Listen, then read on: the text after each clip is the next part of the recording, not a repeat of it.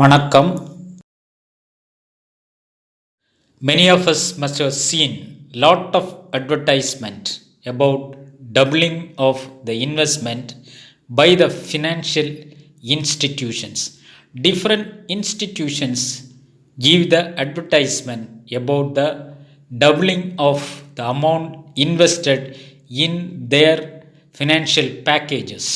They used to say that if you invest your money in our business or in our specific financial package, you can double your investment within 3 years, within 2 years, within 36 months, within 24 months, within 30 months, like that.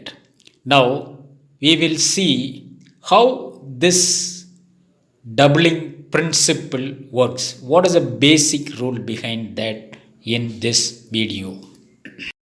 We will see doubling period. Normally everybody expect to get their investment double within a short span of time. There is a question always in our mind: when we invest a particular amount, when it will double? What is the basic rule behind that? Today we will see doubling period rule.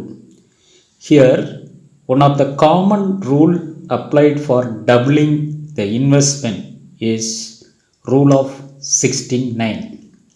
What is rule of 69? How to apply this rule? We will discuss. Here, if we want to invest a particular amount, first we have to decide the percentage of interest.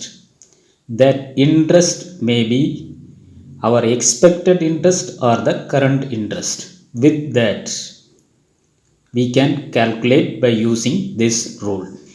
First, 69 divided by the expected rate of interest or the current rate of interest. We will get a particular value. With that, we have to add 0.35. We will get a net value. That value is considered as the number of years which will take for doubling our investment. Take the case of an example. If we want to invest a particular amount at 12% interest per annum, when it will get double as per this rule. 69 divided by 12 equal to 5.75. With that, add 0.35. We will get 6.1 years. So this amount will get doubled by 6.1 years. It will take 6.1 years to double. We will see another example. See, we have decided to double our amount by 5 years. So how to decide? As per this rule, same procedure. 69 divided by 5 minus that 0.35. We will get 14.84%. So if we want to double our investment within this 5 years, we have to invest that amount at 14.84%. Now if you want, we can have a cross check. So how to cross check? 69 divided by 14.84, we will get 4.649. With that, add 0.35, we will get 5 years. This is the way we have to calculate.